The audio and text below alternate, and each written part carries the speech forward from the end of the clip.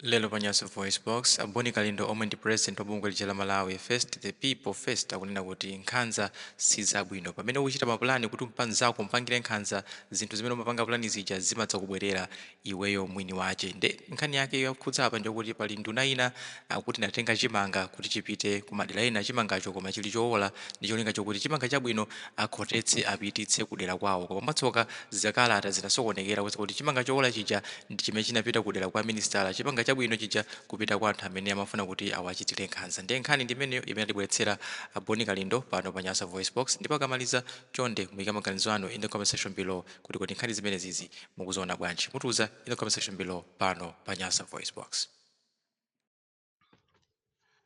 The DC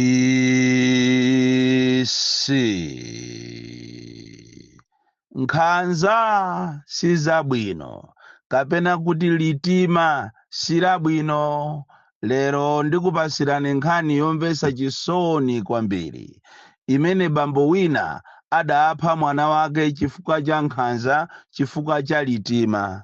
Nkhani ikunena kuti bambo wina wakudowa adakwatira mkazi wa mwana kale kudowako koma ngakhale adamukwatira mkazi iye sopokalowa m'banjamu anabweramonso ndi mwana wake koma popeza wachake ndi wachake ankapitirizabe khalidwe lomuzunza mwana amene anamupeza kubanjali.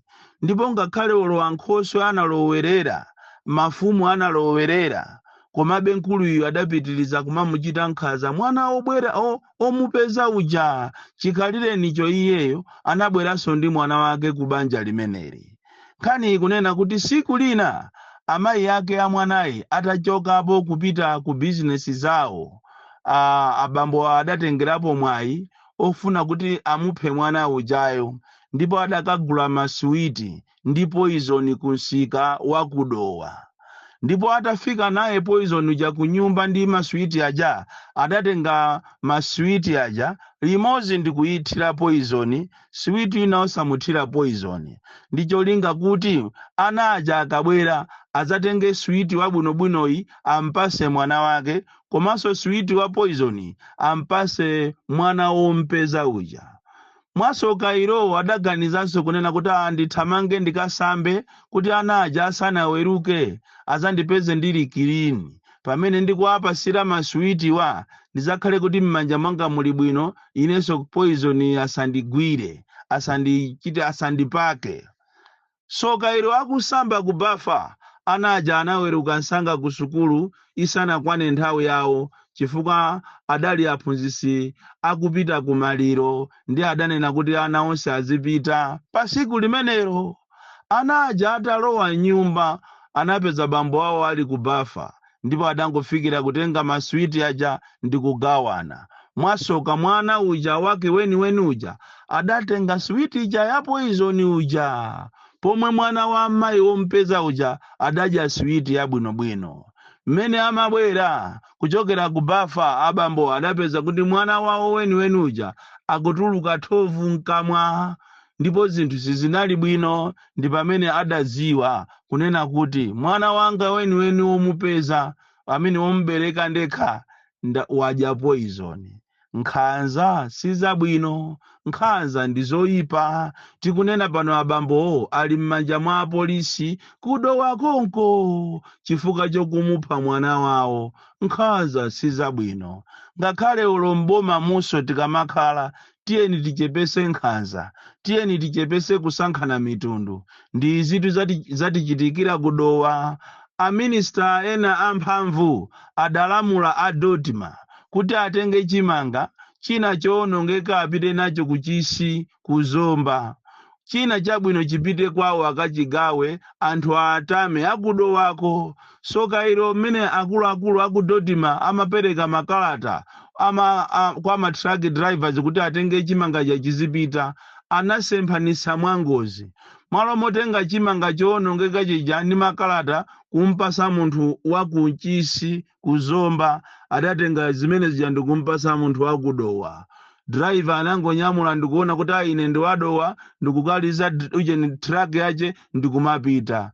Ichi chabwino chimene chinayenera chipite kudowa chija adatenganso ndikumpasa driver wina amene anali wakuchisi ndikutenga zimeneja ndikumapita nazo kuchisi chimanga chakudowa chija ndi mbene ndimwamva inu kunena kuti anthu akudowa alandira chimanga chola chimanga chamadeya kutereko zimene zija ndi mphamvu ya mulungu ni nkhanza akufuna mulungu kuonesera kunena kuti nkhanza sizabwino chifukwa chakuti iwe uli pa udindo komanso kwanu ndi kudowa sukanayenera kuti ukapange nkhanza zotero lero taona wadyesa anthu ako omwe akudowako chimanga chola chimanga chamafuna kuti chola chipite ku chisi chinapitako chabwinobwino ndipo tikunena pano ku chisi sikunachoke ene kwere yonena kuti kwabwera chimanga chola chifukwa chonena kuti bwana wa ku Dodima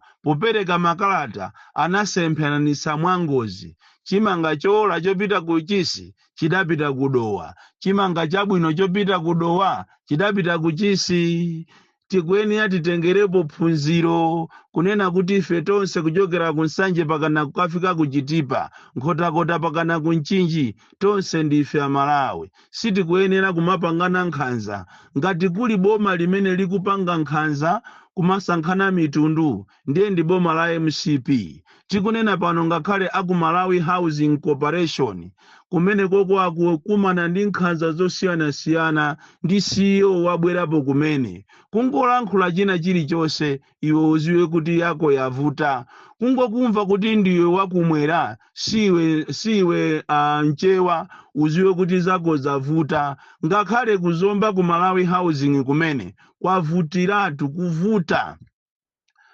kukupangidwa nkhanza kwambiri ngakhale galimoto imene ya CEO imene timanena kuti ndi galimoto imene ili ngati ya chief executive ikuyenderedwa ndi munthu wa MCP anakaitenga galimoto ndikumpasa munthu wa MCP ijayo galimoto mmaziwa inu galimoto ya CEO ya Malawi Housing imene ija ikuyenderedwa ni munthu wa ku Japan nkhanza zopanga zuwa likuwala nkhanza sizabwino ngakhale olo ma promotion mukapita ma department osiyana mupite olo kwa days kumulanje mupeza kuti ma promotion akungopasana okhaokha mukapita ku Baraka mukapeza kuti ndi chimozimozi ngakhale olo nkhani za ma certificates kwa demu ku Baraka anthu akuyendera ma certificate ya 8 amene ali ndi ma certificate eni akuzunzika kwambiri sakupasidwa ngakhale promotion ina iliyonse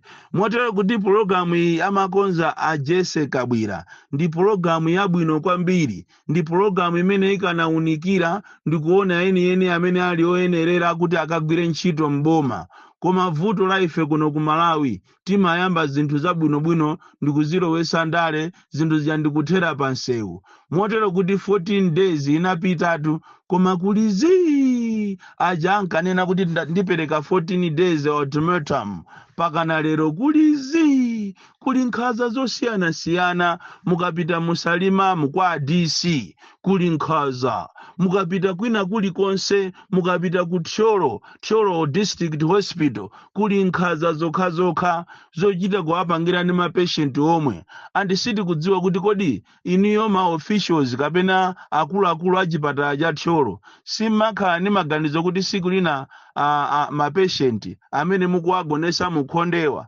azalumidwa ndi agalu kaletu kunali a veterinary akati akaona agalu ngoyendayenda amaapha lero pano patapitani pa Tcholo District Hospital mukaone ma patient akugona ndi agalu chifukwa chakusowa kwa chakudya akumathawa mmakwawo ndi amapita ku chipatala kuja kuti azikatolera zakudya koma akumagona ndi anthu koma ma authorities alipompo sakutengapo any action to help the patients tikunena tu pa Tcholo kuli mavuto opsa pa Tcholo kukakhala kuphalombeku kukakhala kumulanje nkhani za madiru ndiye ndipena paliponse kokera kwako tikapita kumpoto uku ndiye paja anthu akumpoto amatengedwa ngati ndi agalu kumene koko ndiye kuli nkhanza zosiyanasiyana zimene anthu akukumana nazo kumazitenga ngati enawo ndiye Amalawi kwambiri enawo si Amalawi and lero ndi opportunity ya president pamene ali ndi sona anayenera kuti akachite tackle ma issues amene akukumana ndi anthu muno m'Malawi. Kukhala ine president wa nzeru kuti ndi ineyo siku lochita resign lija likanakhala lero, chifukwa pamene pafika ziko lili pafika pena pachepa mwana wakanaphala. Ndipo ine ndikutha kuona mavuto amene ati akumane ndi anthu, ngakhale olo mavenda amene mavuto awo kuti akapikule akagule zinthu akapikule olo mabero omwewa, bero yafika pa 1,500,000. Kodi munthu akatenga ndalama zokutiko ndipo ati akagulisira kuti akabwezemo 1,500,000. Zinthu sizili bwino muno m'Malawi, andi sindikudziwa kuti kodi ino andale mukamakhala pansi mmaganiza bwanji, popeza mukanakhala kuti muli ndi chidwi chokonda anthu anu. Siku la lero Chakwera akanachita resign pamene akupita ku parliament. Koma ayi ndithu nkuthekanso kuti mwina Chakwerayo amafuna kuti achite resign malinga ndi background yake yopemphera, koma muli atongwetongo ena momwe mamafiya amene akumamuuza kuti bwana musapange zimenezo, bwana iyayi musapange zimenezo. That is why akumapanga maprogramu obera kuti zisango zikubwerazi azawinenso, chifukwa akudziwa kunena kuti zawo siziyenda bwino. Akudziwa kuti kuba kumene aba, chifukwa ngati kuli anthu amene alemera mwazizizi angomanga nyumba paliponse, angolemera mwazizizi, kungolemera mwazizizi ndiye ndi amu MCP. Pakali pano pakuli phwando lomanga mahotelo, lomanga maloji. Komatu anthu amaaba inde, koma MCP wa aonjeza kwambiri. Ndikutha kuona chisankho cha magazi, chisankho chimene anthu ati apwetekane, chisankho chimene ena azazikakamize kuti iyo ndi amene ati awine kapena azachidwa declared kuti awina. Chisankho chimene chilibe chilungamo. Ndikutha kuona ngakhale nyumba imene imachedwa kuti data server room yakumeki kumene kwakulowako ndi MCP okhaokha, azipani zinazo akulesedwa. Kodi tukuligule wankulutu 2025 ngati wina salandira kamfutikaje ndi kachipolopolo ndi mwayi, koma programu yophana iliko ndithu. Mulungu akundionesera maloto amene ndaona inezulo usiku wathawo, ndatha kuona ndithu mfuti zikutuluka zikugawanidwa kwa anthu ngati ndi mabolo point, koma zili mfuti. Bon Klindo, the DC, mwana woopsa kwambiri, the most deadly and dangerous child from Njeza village, tiye Mabuka box 76, Mulanje, Malawi, Southern Africa.